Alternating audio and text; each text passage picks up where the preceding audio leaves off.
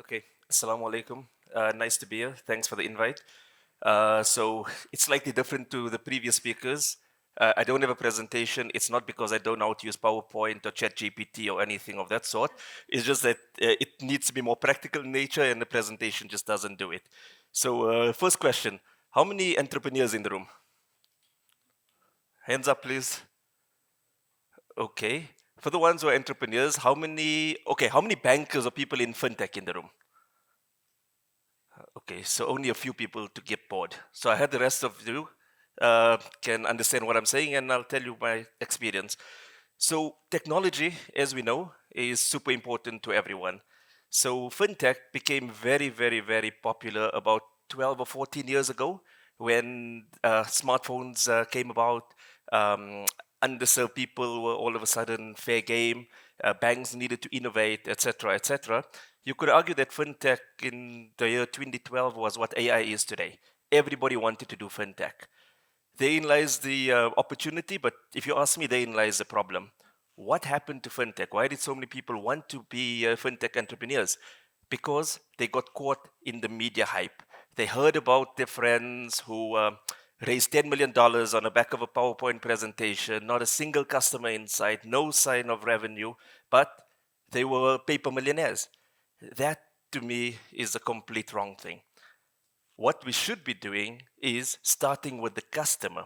What is the problem you are really solving? So 12 years ago, when we entered the space, the problem was very simple. There were hundreds of thousands of migrants in South Africa, but they could not send money home in a very low cost, secure, accessible way. So that was a problem that was being solved for. It was nothing to do with, this company was $20 million, this one was $30 million. So starting with the customer is ultimately what is going to define your success or not. And how do you engage with customers? Because customers have got very different needs. Just in fintech, if I can tell you where you are, where you come, the universe is this wide. Are you B2B, business to business? Are you B2B2C, business to business to consumer? Or B2C, business to consumer? So you need to get it right. And within all of those verticals, are you a digital bank? Are you a money transfer operator? Are you doing insurance? Are you doing trade finance? What are you actually doing? So this is where, unfortunately, people get very lost in saying, I just want to do fintech. And we've had hundreds of people come to us, I've got a fintech idea, and all they're talking about is technology. It's got nothing to do with solving a problem. So, how do you solve these problems? Talk to customers, go out into the streets, and the opportunities exist. Why? Because, and this is not a dig at big companies, it's just that people who work at big companies typically are lazy. They do not want to, they like sticking around in Sandton and Melrose Arch and those kind of comfortable surroundings, making decisions from the boardroom. You cannot win that way. You have to get out. You've got to go talk to your customers. You need to understand their pain points. Who are the current providers? How much do they pay? What's the customer experience? What do they like? What do they don't like? And all of that needs to come back into a continuous feedback loop. Continuous. You try something, test it on a few customers, iterate, go back. You need a proper feedback loop. But somebody needs to be accountable for that. It cannot just be feedback for the sake of feedback and everything goes into a black box. That is probably the total waste of time that you could possibly do with and money, by the way. So, how do you actually go about building this fintech business after you understood the problem that you're trying to solve? The next best thing, and it's been touched on in various different forms earlier today, was leadership.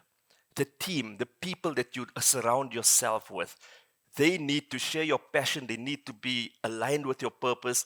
They need to be empowered to make decisions. Then you need to invest a lot of money and time into culture, which is very difficult for startups. I grant you that because you're so busy building the business that you have no time to think about investing in culture. But it's a short-term win, but a long-term, it's a loss.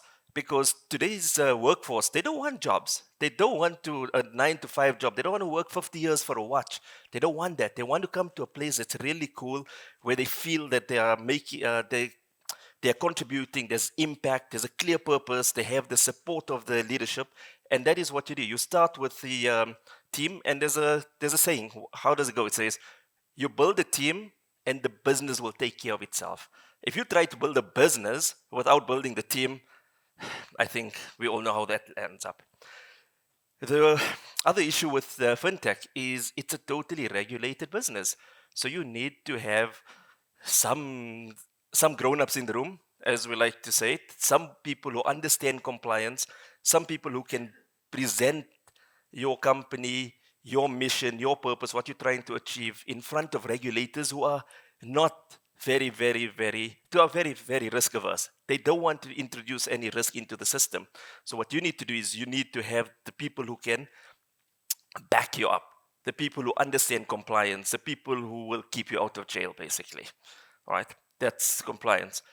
And then there's a few other things. Financial modeling. Do not get caught up with vain projections, because on an Excel spreadsheet, every business is a unicorn and every founder is going to be living in Beverly Hills. It's just not the case, right? So what do you need to do? You need to be clinical. You need to be ruthless. You need to really believe the numbers that you put out there. You are going to live and die by those numbers.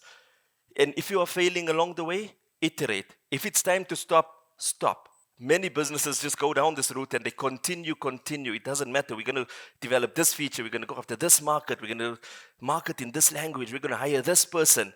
But all the signs are that you are not gaining the traction that you want. So sometimes saying no is actually the difficult choice. And this comes with another conundrum that all startups go through. Distraction with focus. You're doing something, and then this opportunity presents itself. You see a video, you read an article, your friend tells you a story. Now you are all confused. Which way do we go? Another tale of horrors is it lands up for most people. So that's all the doom and gloom.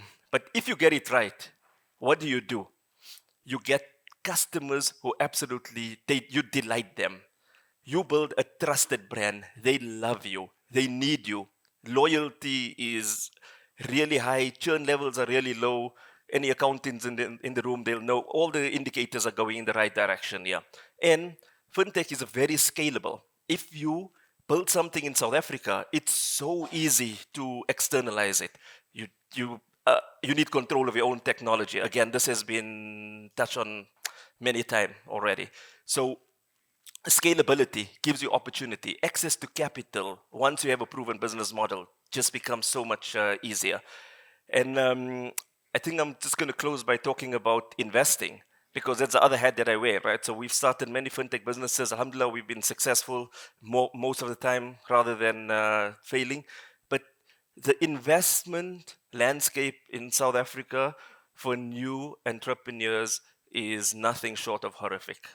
And this is where I think we can make a difference as Muslim entrepreneurs, act as mentors, act as access to capital, experiment with individuals, take a bet on somebody. Because if we don't take bets on all of these young individuals who have these bright ideas, how are they ever going to get from ideas to execution and execution to scaling?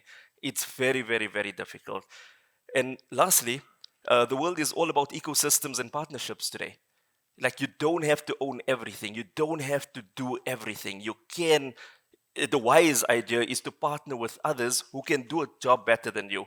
What does that require? It requires you to lower your ego. It requires you to open your mind. It's this whole growth mindset thing. The scarcity mindset is just not where you want to be if you want to build something with significant impact. And so I think that's an opportunity here, and big business, especially our Muslim-owned businesses, should also come to the table. We should be, we don't have accelerators, we don't have incubators, we don't have VCs. Why is it? We have all the skills, but is it because we don't want to share? We don't want to dedicate the time? And we are, in my group, I'm the oldest person. So I've got many young people, and we are trying to change the game here. We are trying to give younger people an opportunity. We are trying to bring more players into our ecosystem, whether they can contribute capital, whether they can contribute technology, whether they can contribute just time, whatever it takes. So it's a long road, but we have to start now. So that's our story, and I hope it was good. Thank you, guys.